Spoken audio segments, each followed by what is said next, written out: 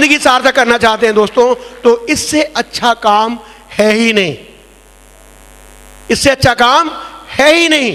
नौकरी करेंगे सुनना पड़ेगा, बिजनेस करेंगे कब पॉलिसीज चेंज हो जाएं, नई चुनौतियां आ जाएं, उनको झेलना पड़ेगा। झेल रहे हैं लोग, लेकिन बेहतरी के लिए काम हो रहा है, और जब बेहतरी के लिए काम हो रहा है तो हमेशा कष्ट होता है, लेकिन उसके कारण क्या, जो बीच में धक्के लगते हैं ना, वो धक्के से हिलने लगता है इंसान। तो चाहे छोटा बिजनेस हो या बड़ा बिजनेस हो, धक्के लगते हैं। एक हमारा ही बिजनेस है जिसमें कम से कम आर्थिक धक्का नहीं लगता है, मन को धक्का लगता है, किसी ने मना कर दिया तो। लगता है कि नहीं लगता है? किसी ने मना कर दिया नहीं करूंगा ना, तो बड़ा दिल खराब होता है। लगता है ये छोड़ो अपनी घंटी माला और चले अपने घर, बोले नौकरी कर लेंगे लेकिन किसी का ना नहीं सुनेंगे। लेकिन दोस्त, जिसको भी बड़ा बनना है ना, वो ना सुन करके ही बड़ा बना है। और हमारा बिजनेस जिसमें ना सुनने की भी कीमत मिलती है, मालूम है आपको कितनी कीमत मिलती है ना सुनने की? हाँ जी, 2 लाख पर वीक। वो तो बाद पता चलता है, डायमंड बनने तक कितनी कीमत मिल चुकी होती वो मैं आपको बताता हूं। हमारे प्रेजेंटेशन में जब हम लोग बताते हैं कि एक व्यक्ति इस बिजनेस में आता है तो कितने पैसे मिलते हैं? हाँ जी, 500, दूसरा आ गया तो 500 यानी 1000, और ये 2 लोगों को ज्वाइन कराने के लिए कम से कम 10 लोगों को बिजनेस दिखाना पड़ता है। तो 10 लोगों में 1000 आए तो एक आदमी पे कितने मिले? 100 रुपए। गलत है ये गणित। हर आदमी पे हमको 5000 रुपए मिलते हैं यदि किसी ने ना भी कह दिया तो। कितने लोगों को ये बात पता है? नहीं पता आपको? कुछ सीनियर्स को मालूम है बस। ये मेरा कैलकुलेशन है कि हर आदमी जिसके पास जाते हो वो इस बिजनेस को करेगा, प्रोडक्ट खरीदेगा या नहीं खरीदेगा, आपको 500 रुपए मिलेंगे। अब इसको समझ भी लो कि कैसे मिलेंगे, ये मेहनत वाला रास्ता है। मैंने सारे डायमंड से पूछा कि तुमको सॉरी मैं तुम तो बोलता ही नहीं, अब भूल गया मैं तुम बोलना, और इस बिजनेस की दे कि आपको इस बिजनेस में 10,000 की टीम बनाने में 50 लाख रुपए कमाने में कितने लोगों को 1-to-1 प्लान दिखाना पड़ा? मालूम है क्या बोला उन्होंने? एक भी डायमंड ने ये नहीं बोला कि उसने 600 से ज्यादा लोगों को प्लान दिखाया हो 1-to-1।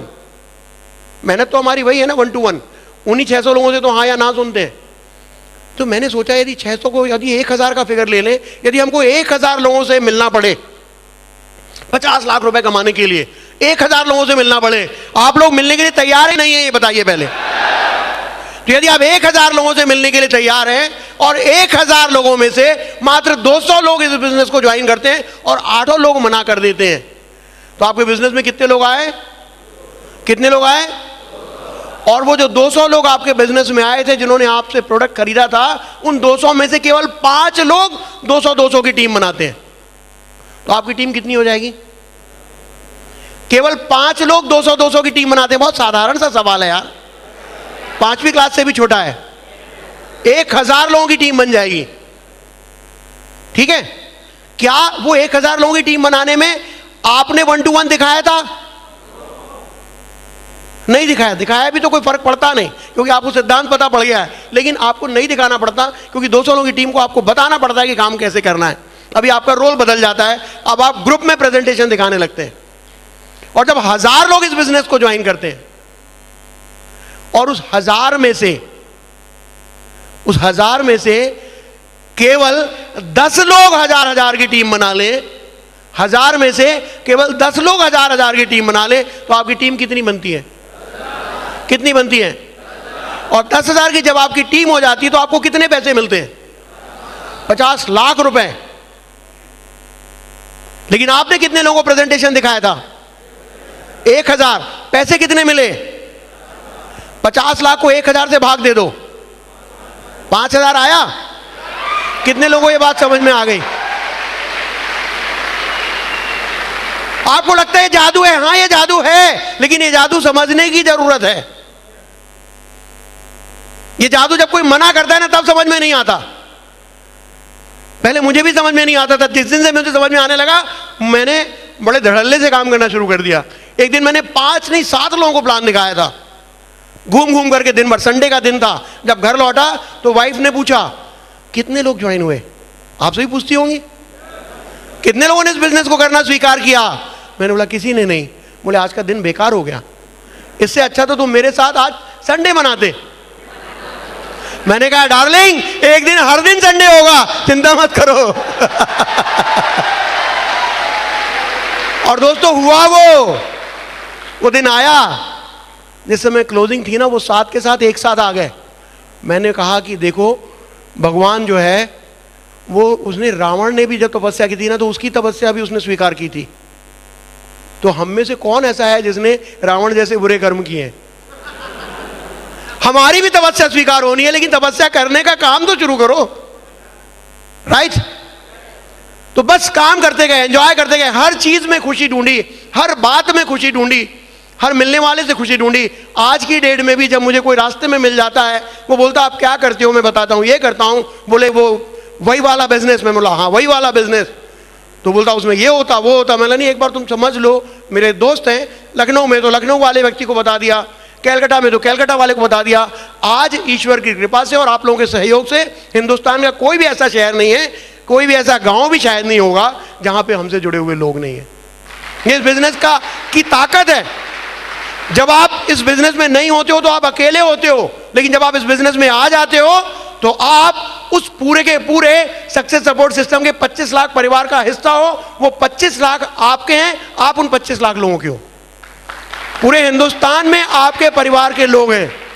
आप किसी शहर में फंसते हो, कहीं कोई चैलेंज आता है, आप अपने अपलाइन को बताओ, आपका अपलाइन मुझे बताएगा, मैं वहां के लीडर को बताऊंगा और आपकी जो चैलेंज है वो पूरा हो जाएगा। तो इतने बड़े परिवार के हम केवल इस बिजनेस में आ बस जाते हैं ना, हमको तो वो देखते 50 लाख मिले नहीं मिले, अरे छोड़ो पैसे को, पैसे तो मिलने ही मिलने यदि काम करोगे तो, और नहीं करोगे तो नहीं मिलेंगे, ये भी तय है।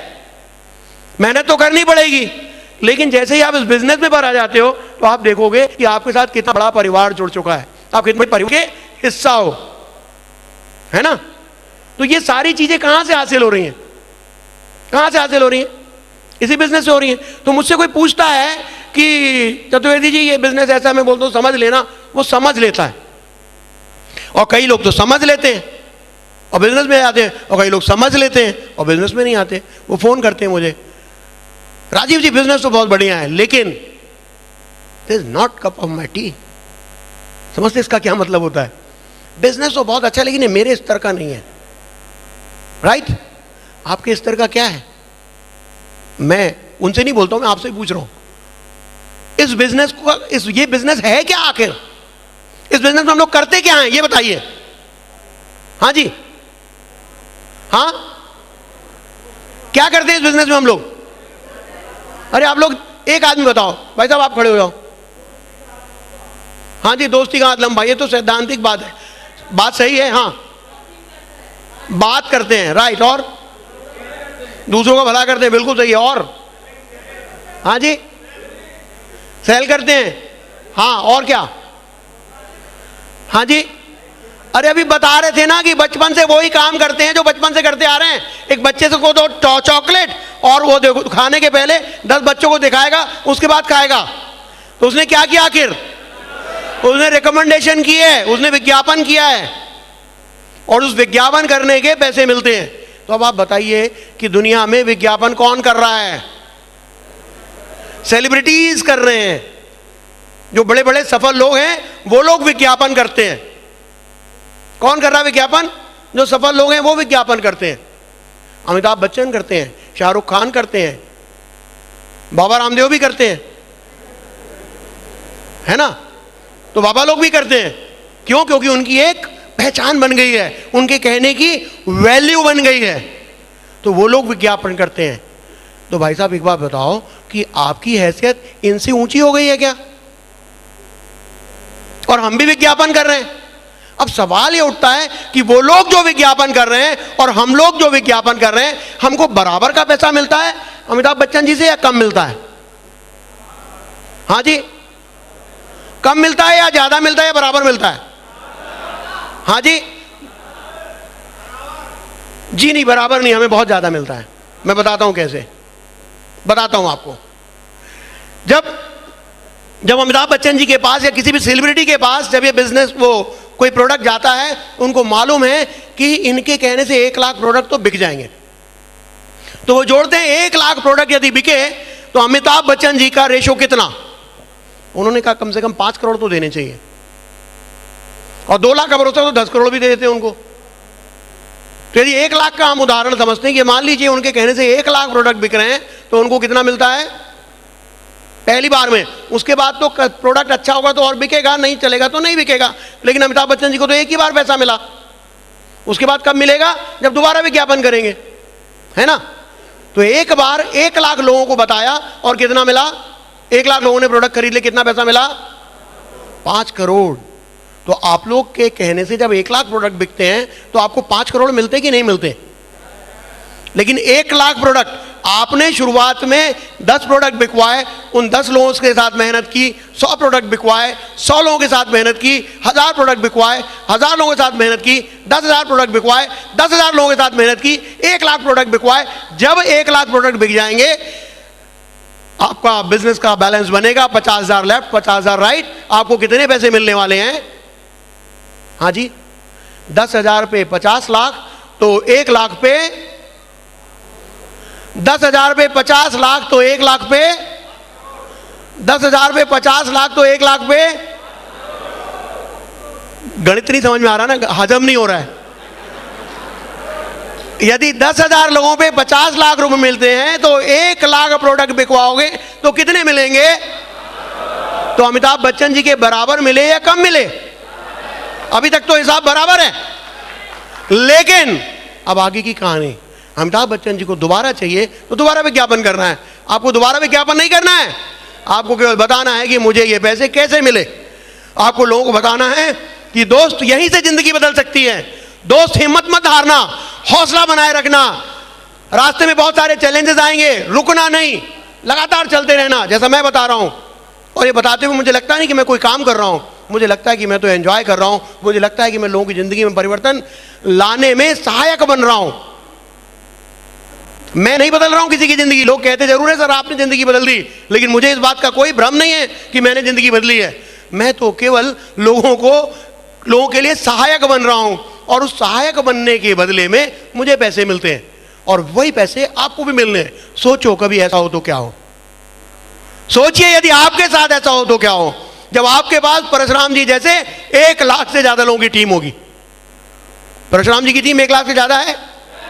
मरकरी हैं, अच्छी जिंदगी जी रहे हैं, पहले भी जिंदगी जी रहे थे, केवल जिंदगी जी रहे थे, अच्छी जिंदगी नहीं जी रहे थे।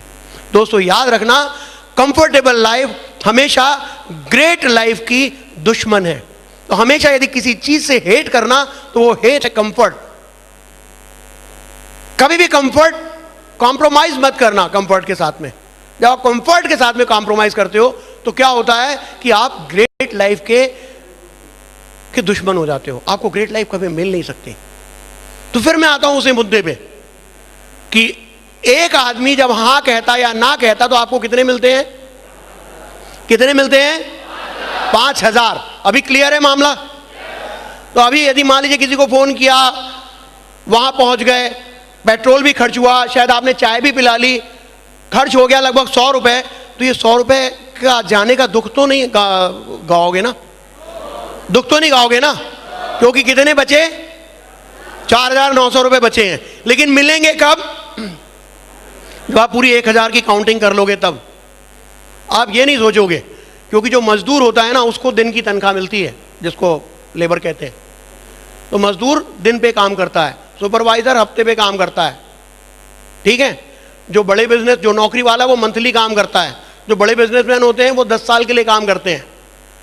और हमारे जैसे लोग जो जिंदगी बदलना चाहते हैं और जिंदगी बदलना जानते हैं और जिंदगी बदलने में मदद करना जानते हैं, वो क्या करते हैं? वो पीढ़ियों के लिए काम करते हैं, जो हम सेफ शॉप में करते हैं। हम अपने वंश का इतिहास बदल रहे हैं, बदल दिया कई लोगों ने, और हम मदद करते हैं कि अपने वंश का इतिहास कैसे बदला जा सकता है। क्योंकि ये एक आम काम नहीं है। क्योंकि हम लोगों ने देखा नेता का लड़का क्या बनता है? नेता। ऑफिसर का लड़का, बाबू का लड़का, रिक्शा